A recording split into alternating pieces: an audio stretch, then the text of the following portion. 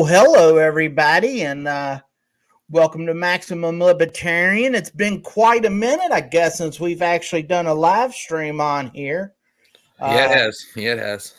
so, if you haven't, if do you remember your saying, Dean? Smash that like button. Correct. Smash that like button and share it with all your family and friends. You know, if you go to MaximumLibertarian.com, that's how you'll see how to help this channel grow.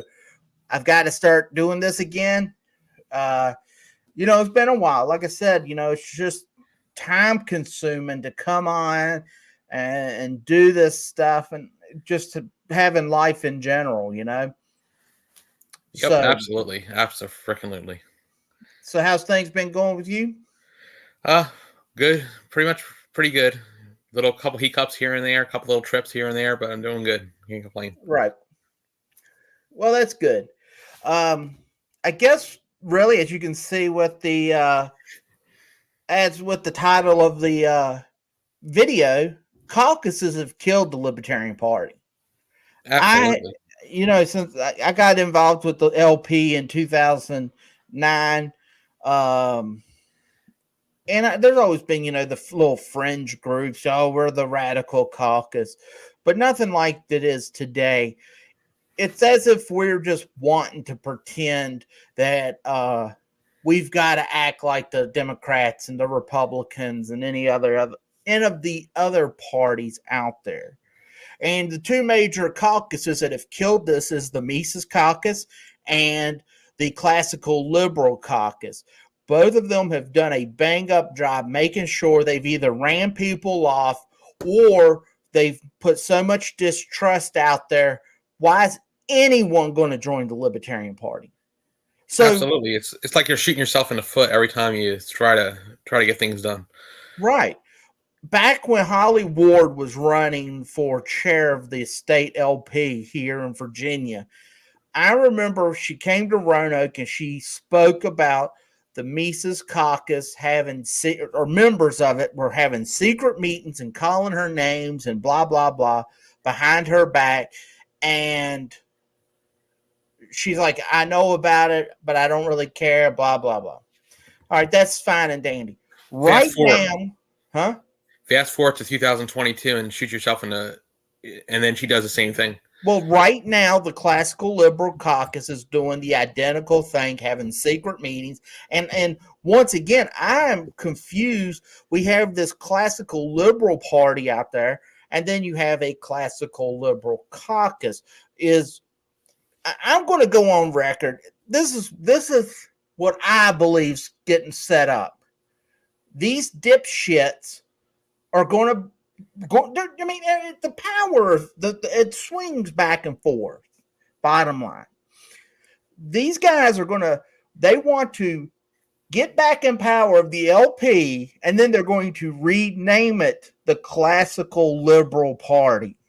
That's my belief is their agenda.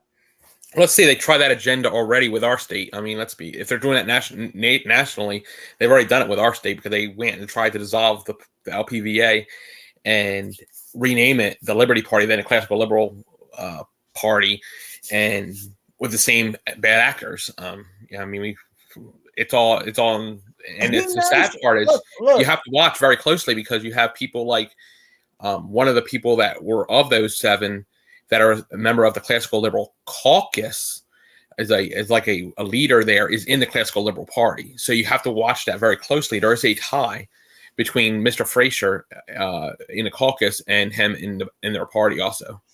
I don't know who's in the party, who's in the caucus. Whenever I ask questions, now look, I for what it's worth, when I go on X or whatever and I send out messages, a lot of times the messages are sarcastic and because I have no respect for the individuals. But that being said,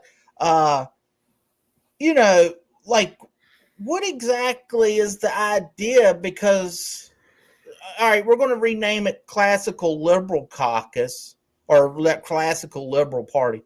We as the Libertarian Party, whenever we collect signatures or try to do whatever, how often have people stopped and go, "Oh, you're liberal," because they only the voter, because they go out and they really look.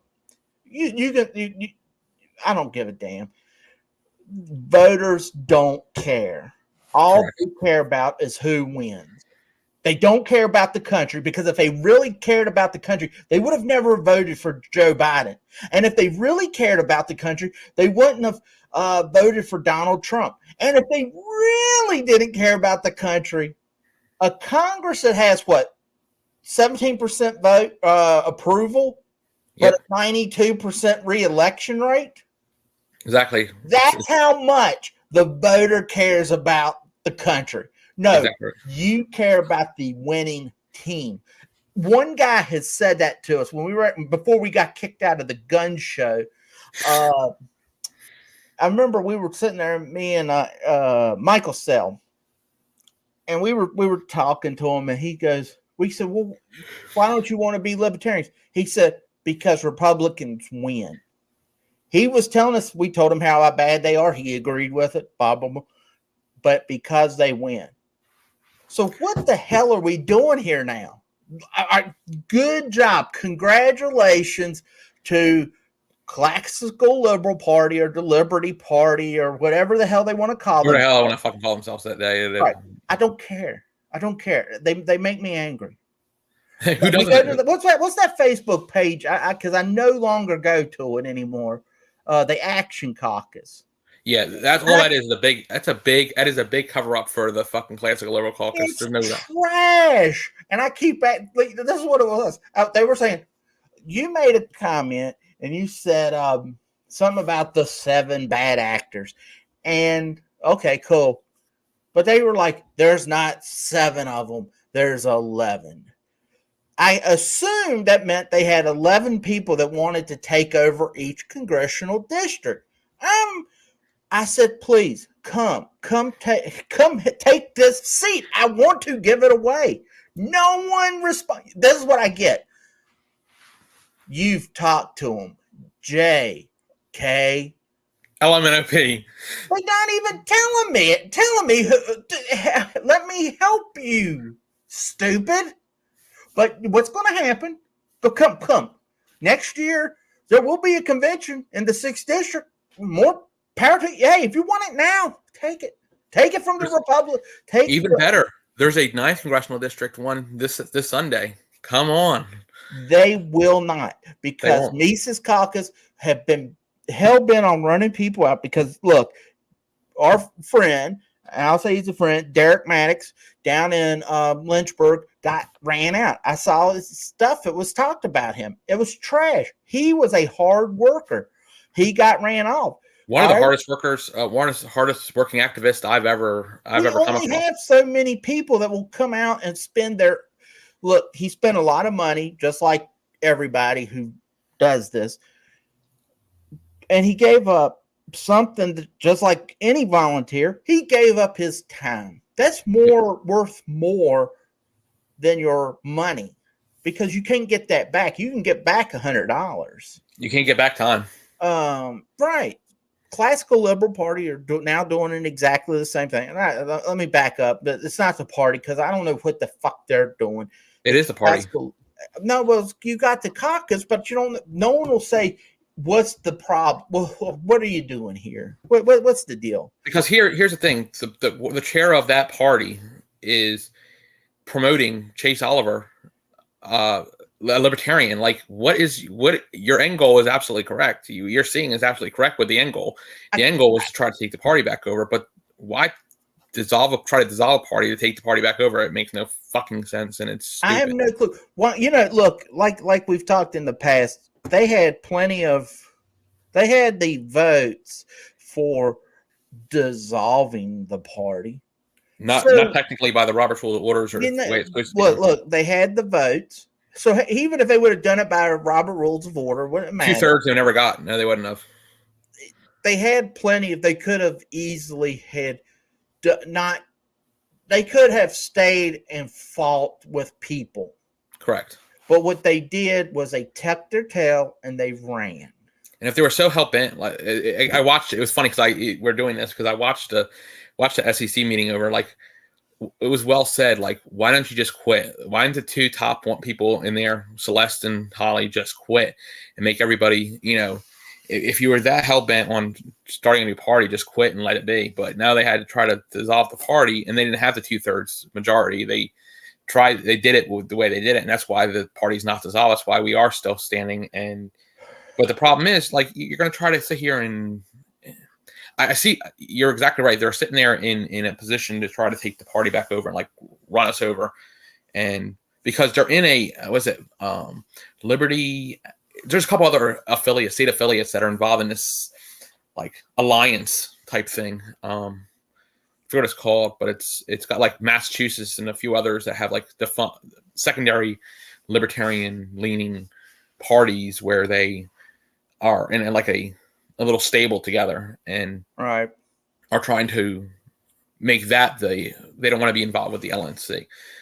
Hey. Well, I don't understand. Look, like I've said in the past, how the Mises Caucus took over? They worked really hard. They recruited a lot of people.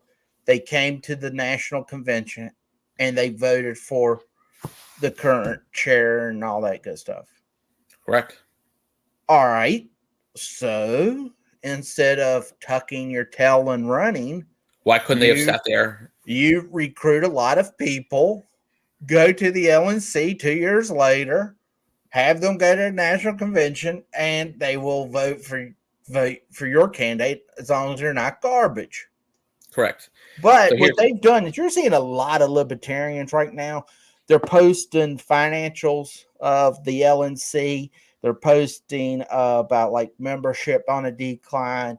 Once again, they're telling everybody how it's right wing, it's white nationalist, it's any dog and pony. It's a dog whistle. You say it. So in turn, all right. So you're going to call me that. All right, well, when you get back in power, I'd leave.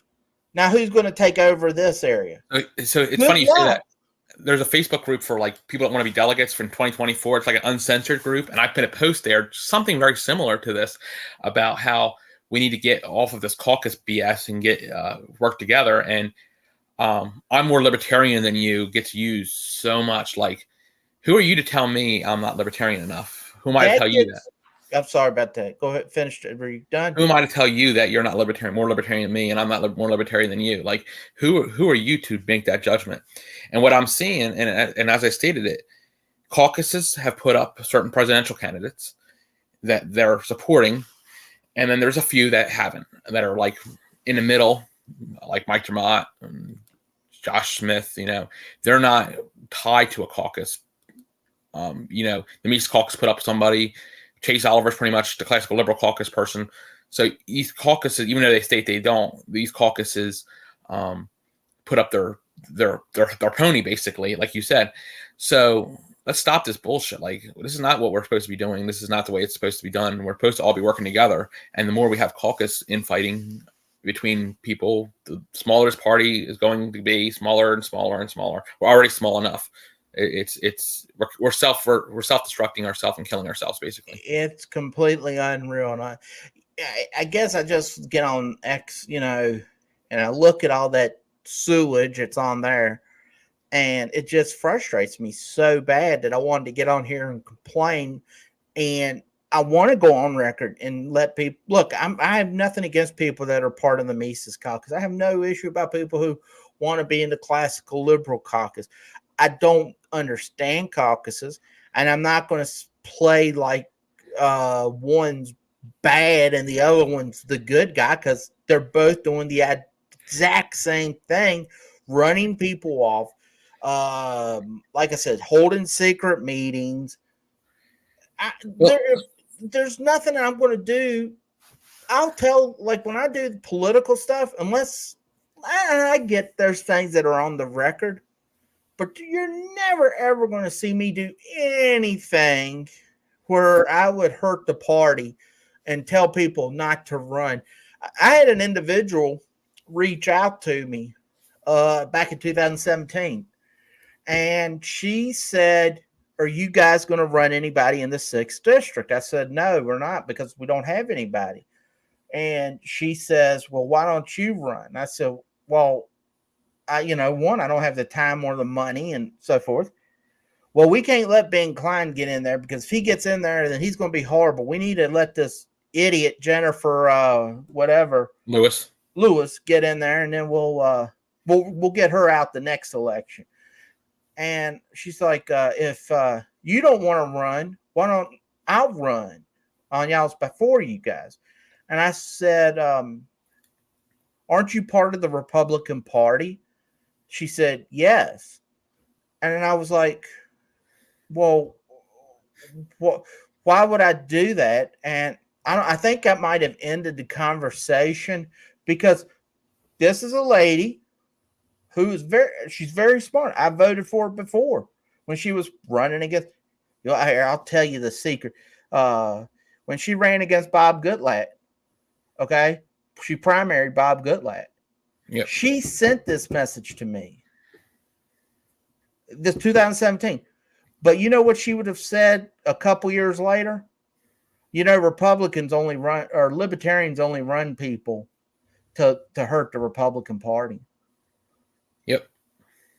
And she would have had, if I would have took that bait, you know what would have been said to me?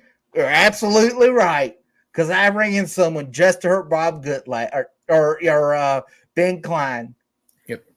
It's sad, because you think about it, the philosophy part of Mises and of classical liberalism is totally different than what the caucus portray. Like, when you take a look at what we believe, like what I believe as a libertarian, like if you put the 10 different types of libertarians and you put my information in, I'm by definition a classical liberal.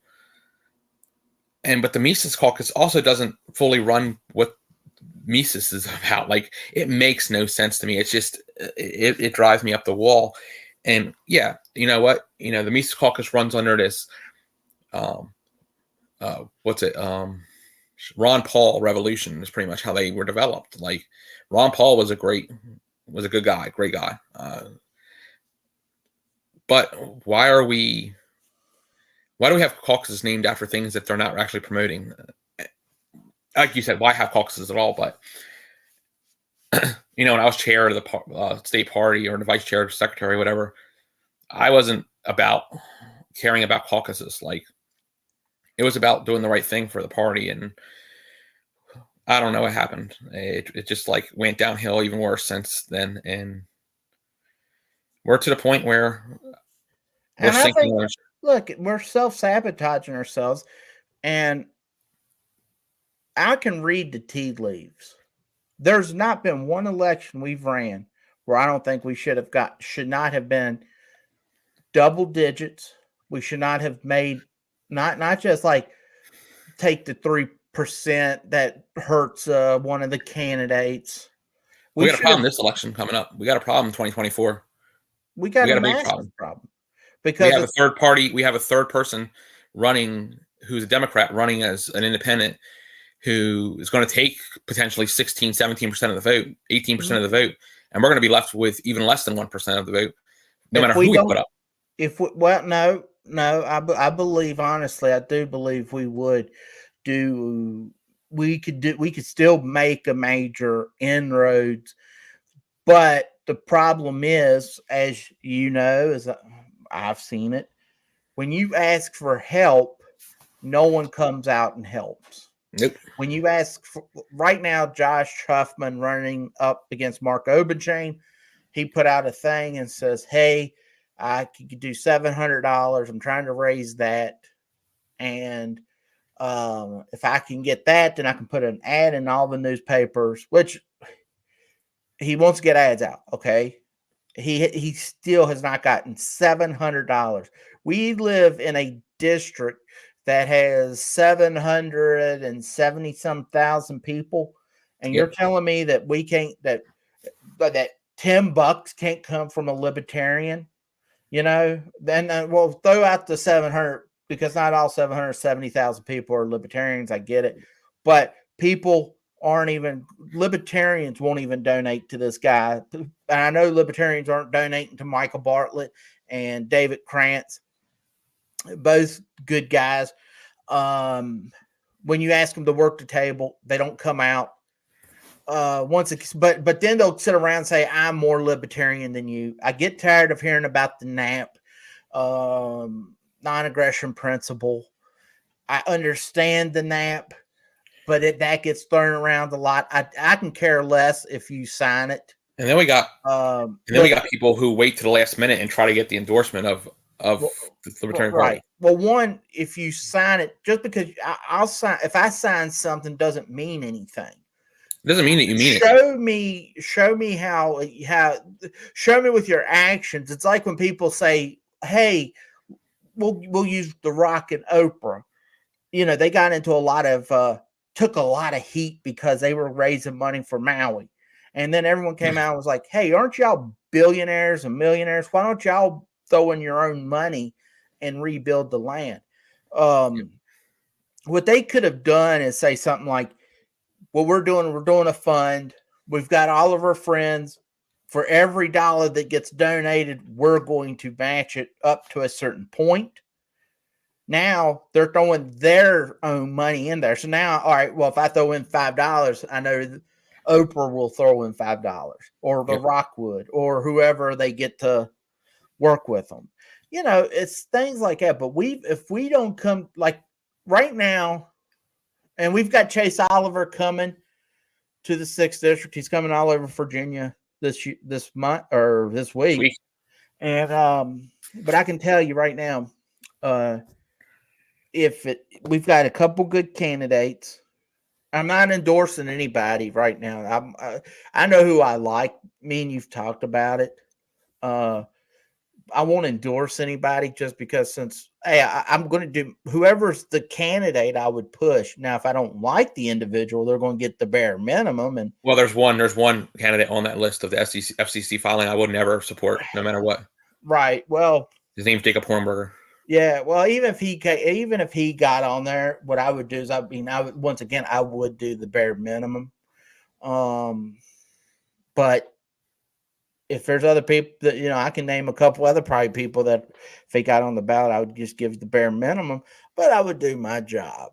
And, if they came to the area, I would organize something. I agree with that part, but I couldn't personally put money into that. For me to go out there and stand at a precinct and do all that stuff, that would be meh. If that would happen.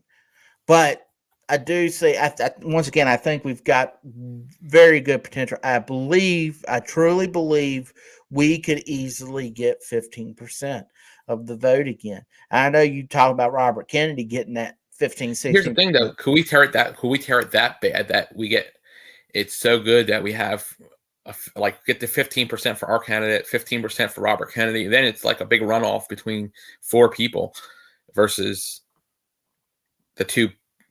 Well, if you look at how it splits, I think you could easily get 15-15 and then 30-30 or however.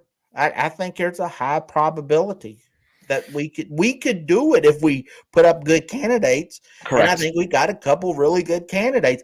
But once again, I'll stand by it.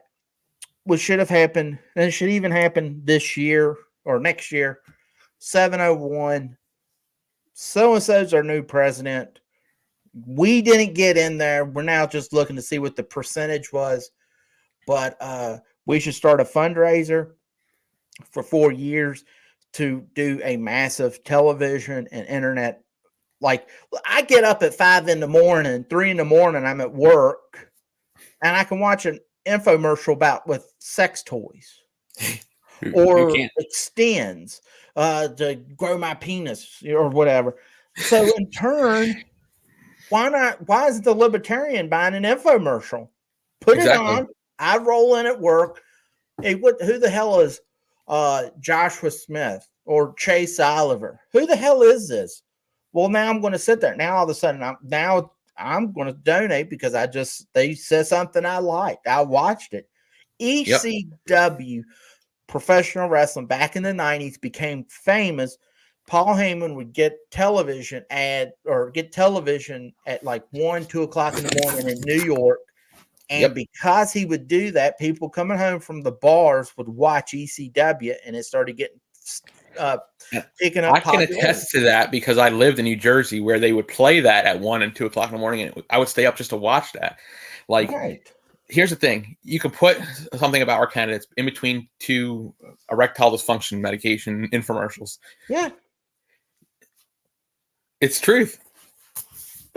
People will be up. They're going to see that. If we've got to start doing that. And I tell you, that's one thing. Number 2, I hope we start planning. We've got to have our presidential picked this May, the May before the 2024. So like we should have voted. We should right now be talking about our candidate, whoever it is, because there's a lot of serious subjects with Israel, Hamas, World War III, China, Ukraine, that Russia. Our candidate should be out there speaking, but we don't have a candidate because we get to go in May of next year, and that'll give us, what's that?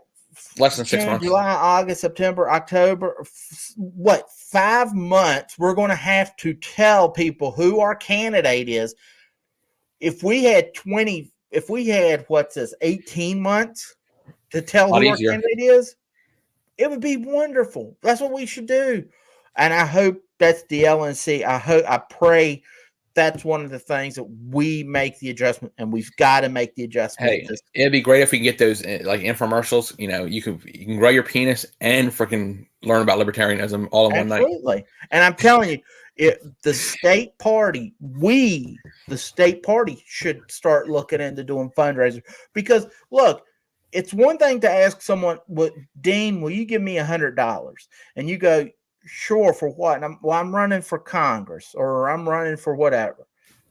If you never see where that money goes, you're going to be less likely to donate. But if you see the billboard, if you see the television ad, if you see the infomercial, if you see the YouTube ad, you will now go, all right, I'll be a monthly supporter. Correct. Now, is it going to cost a lot? Absolutely. But this is what we've got to do. We've got to break up. We've got Johns, coming from the Republicans saying that they're an independent. They're so good. The Republican Party is so good that they have, no one will say they're a Republican. I'm a constitutional conservative. What the hell's that? Well, I'm a constitutional conservative. Well, who do you vote for? You vote who do you ever vote for? I remember I talked to the guy. He goes, I vote every election. I said, for who? I said, if you're a constitutional conservative, which Republican believes that in this area? He could not say it. Once again, I think people just want to be on a winning team. It's that blind pool. Yep. And they know, because I've talked about many of our candidates, even the garbage ones that were mediocre. And I'm not saying garbage in aspect of they weren't libertarian. I'm talking about that they just weren't getting me excited. So I shouldn't say garbage, but I wasn't excited for some of them. But I could use their platform, and I could still get people go, yeah, I like that guy. I like what you're saying, but the big but. Yep. So I guess we are at the 30-minute mark. I said we were going to end it here. I didn't want to go too long. I just wanted to bitch and bellyache real quick. I'm glad you were able to get on. So Absolutely. Once again, everybody, Dean, what should they do? Smash that like button. And what else should they do? Go to MaximumLibertarian.com. Yeah, and see how you can help grow the channel. So you got anywhere to plug, Dean? I'll say this. If you're a libertarian and if you're in Virginia, get involved. Do something. Don't stand on the sidelines to be a keyboard warrior. We have too many of them damn people, and they're nothing. Some of them are not nothing but a problem. So get active in your local affiliate. Roanoke Valley Libertarians. We have if you're in Tidewater, there's Hampton Lake. I mean Hampton Roads. If you're up near Richmond, there's the Central Virginia affiliate that goes up to like Fredericksburg and stuff like that. So, get involved in your local Harrisonburg area. There's all different ones. Jefferson area, Libertarians closer to Charlottesville. Get involved in your local organization. We'll try to get some ones down back in the New River Valley and Lynchburg again soon. So. Yep. All right. So until next time, everybody, I'm Brian. I'm Dean. We will see you later. And goodbye.